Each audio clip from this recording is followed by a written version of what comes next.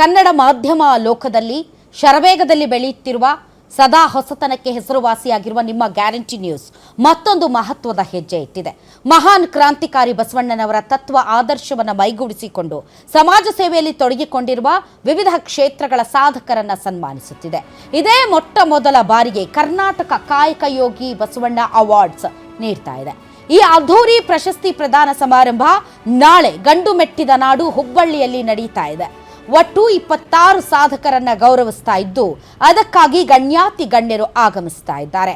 ಈ ಕಾರ್ಯಕ್ರಮವನ್ನ ಮಾನ್ಯ ಕಾರ್ಮಿಕ ಸಚಿವರಾದ ಸಂತೋಷ್ ಲಾಡ್ ಅವರು ಉದ್ಘಾಟನೆ ಮಾಡಲಿದ್ದಾರೆ.